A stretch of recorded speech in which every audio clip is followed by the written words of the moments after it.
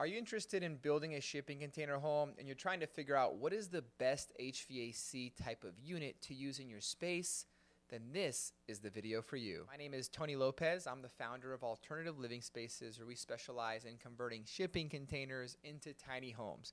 And excited to talk to you about the different HVAC setups that we've used and what we've learned are the best options for you to use. So there are a wide variety of HVAC setups that you can select. In terms of AC, we've used window mount units, wall mount units, portable HVAC units, and of course mini split HVAC units.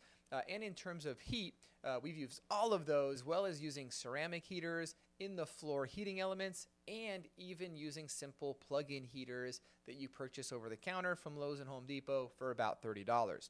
So I want to break down to you which ones we use and which ones we recommend you use on your build. I'll start with my least favorite option for HVAC, and that is a window mount unit. And the reason it's my least favorite option is really two main reasons. One, aesthetically, it doesn't look great.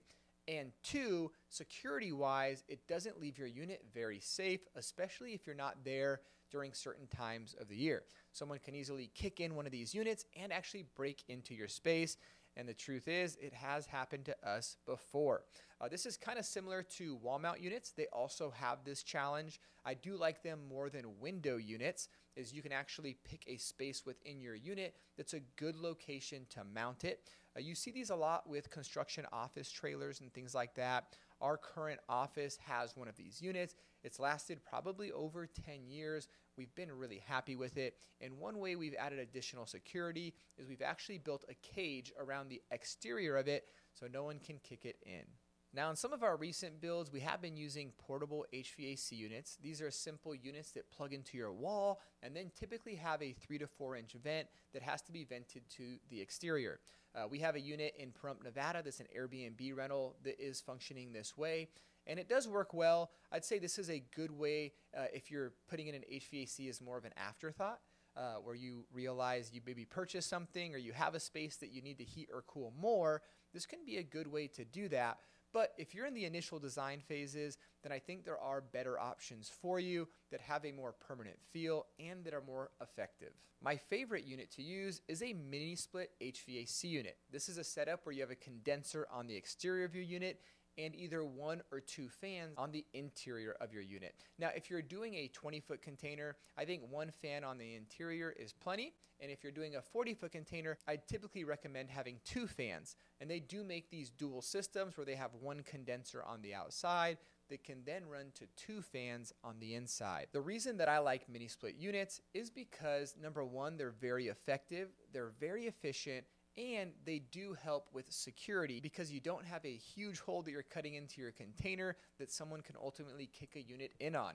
With the mini split units, you have your condenser, which is the larger unit, mounted somewhere outside of the home.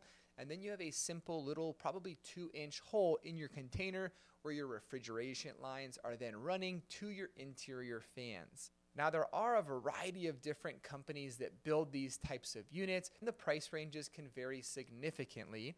We've seen units that are really nice that go for about $2,500, or you can get something that's more of an entry-level model at about $800. Now, in most of our units, we've been very happy with a brand called Senville. They produce a great 9,000, 12,000, and 18,000 BTU mini split. That all just is referring to how much air it's able to push in a given amount of time.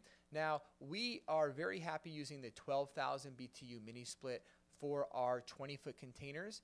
It works out great in that space, especially since a 20-foot container is only 160 square feet. It doesn't take that much to both heat and cool that space. Now, if the main thing that you're looking to do is to heat your space, there are some other options that you can consider. For example, there are simple plug-in heaters that you can purchase for $30 to $50, plug into a wall, and as long as you have a sufficient power supply, these small heaters that are simple little room heaters can actually heat a 20-foot container very well. This is what I did for one of my offices for a long time, and it worked great for the heating side of things. If you're doing a larger container home, maybe it's a 40-foot container, maybe just 2 of those units, one in the main living area, another in the bedroom space, and you'd be in good shape. Now, we also have explored the idea of heating the floors inside of the unit. We've done radiant heated flooring, where we had water lines going through all the floors, and then we ran fluids through there that went through the hot water heater and therefore heated up the floors. That was a cool way to make sure the unit stayed warm inside. Also, there are electric versions of that as well. I think that's only necessary if you're in a climate that deals with very cold temperatures.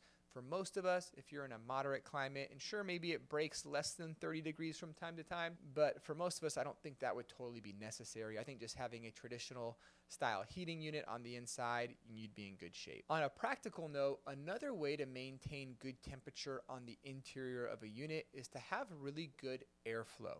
For example, in a lot of our units, we'll try to design where we have an entry door on one end, and right across from it would be a window that opens, so that when you open your entry door and you open your window, you're now creating a way for air to flow. This is a great way for air to circulate. Also, adding ceiling fans to the interior can help with this process.